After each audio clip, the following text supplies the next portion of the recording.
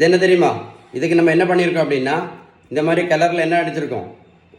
இப்போ என்ன பண்ண போகிறோம் அப்படின்னா, இதை நம்மளோட இன்சுலின் இன்ஜெக்ஷன். இந்த பூண்டுக்கு ஒரு இன்சுலின் இன்ஜெக்ஷன் போட போகிறோம். ஓகேவா? போட்டுட்டு இந்த வீடியோ கடைசியில் இந்த பூண்டுக்கு என்ன ப்ராப்ளம் வருது அப்படின்னு நம்ம வந்து கரெக்டாக செக் பண்ணி பார்க்க போகிறோம். அதுக்கு முன்னாடி இதை மட்டும் இருக்க பாருங்கள். ஓகேவா?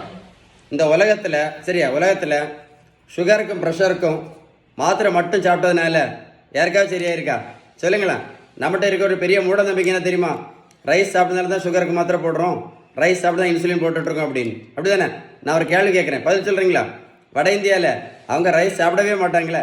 வட இந்தியாவில் எத்தனை பேர் சுகருக்கு மாத்திரை போடுறாங்க, எத்தனை பேர் இன்சுலின் போட்டுட்ருக்காங்க? என்னைக்காவது யோசித்து பார்த்தீங்களா? இங்கே பாருங்கள், நடைபயிற்சி மட்டும் பண்ணனால யாராவது சுகர் மாத்திரை நடத்தியிருக்காங்களா? இல்லை யாராவது இன்சுலின் நடத்தியிருக்காங்க நடைபயிற்சி மட்டும் பண்ணி? இல்லை யாராவது வெயிட்டை குறைச்சிருக்காங்களா? சொல்லுங்கள், யாராவது வெயிட்டை குறைச்சிருக்காங்களா நடைபயிற்சி மட்டும் பண்ணி? 1 கிலோமீட்டர் நடைபயிற்சி பண்ணினா கூட 40லேருந்து 50 கேலரி மட்டும்தான் இருக்க முடியும். அதனால் நடைபயிற்சி மட்டும் பண்ணி எந்த மாத்திரையும் நடத்த முடியாது, வெயிட்டு கண்டிப்பாக குறைக்க முடியாது. ஒரு பேப்பர் எழுதி வச்சுக்கிடுங்க. கரெக்ட் தானே? சிறுதானி மட்டும் சாப்பிட்டதுனால யாராவது சுகர் மாத்திரை நடத்தியிருக்காங்களா? இல்லை யாராவது இன்சுலின் நடத்தியிருக்காங்களா? இல்லை யாருக்காவது வெயிட்டு குறைஞ்சிருக்கா சிறுதானி மட்டும் சாப்பிட்டதுனால? சொல்லுங்கள். வெந்தயம், ஆவாரம்பூ, கொய்யா இலை, மாங்காய் இலை, க்ரீன் டீ. மாங்காயில் ரொம்ப ஃபேமஸ். இப்போ கரிஞ்சீரகம், கருவேப்பிலை, நெல்லிக்காய் ஜூஸ், நாவல் பழம். இப்போ ரொம்ப எது ஃபேமஸ் தெரியுமா? சிறு குறிஞ்சான் பொடியும் வேற என்னது ஃபேமஸ்? முக்கரட்டை கீரை பயங்கர ஃபேமஸ்.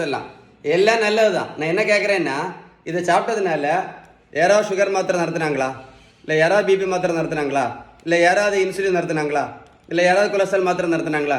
சுகருக்கு ஒரு மாத்திரை போட்டுட்டு இருந்த பேஷண்ட்டு இப்போ 3 மாத்திரை சாப்பிட்டுட்டு இருக்காங்க. சுகருக்கு மட்டும் மாத்திரை மட்டும் போட்டுட்டு இருந்த பேஷண்ட் இப்போ இன்சுலினும் சேர்ந்து போட்டுட்டு இருக்காங்க.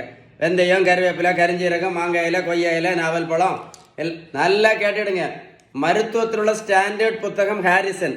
இந்த புத்தகம் என்ன சொல்லுது அப்படின்னா, sugar, pressure, cholesterol, fatty liver, பித்தப்பைக்கல், உடல் பருமன், பிசிஓடி, பிசிஓஎஸ், இதுக்கு எல்லாத்தையும் அவங்க சொல்லக்கூடிய ஒரே ஒரு treatment, correct treatment, first treatment balance diet மட்டும்தான்.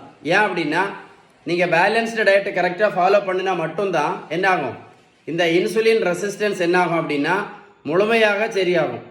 இதை முழுமையாக சரியான மட்டும்தான் என்ன பண்ண முடியும், மாத்திரை இல்லாமல் வாழ முடியும். புரிஞ்சிருக்கும்னு நினைக்கிறேன். பேலன்ஸ் டயட்டை பற்றி ஏதாவது சந்தேகம் இருந்தால் கண்டிப்பாக இந்த நம்பரில் கால் பண்ணி பேசுங்க. இந்த வீடியோவை கண்டிப்பாக என்ன பண்ணுங்கள், லைக் பண்ணி ஷேர் பண்ணுங்கள். நிறைய பேருக்கு யூஸ்ஃபுல்லாக இருக்கும். நீங்கள் பேலன்ஸ் டயட் ஃபாலோ பண்ணலைன்னு வைங்களேன், இன்னும் 50 வருஷம் மாத்திரை சாப்பிடணும். இன்னும் 50 வருஷம் சாப்பிட்டாலும் நோய் சரியாகாது.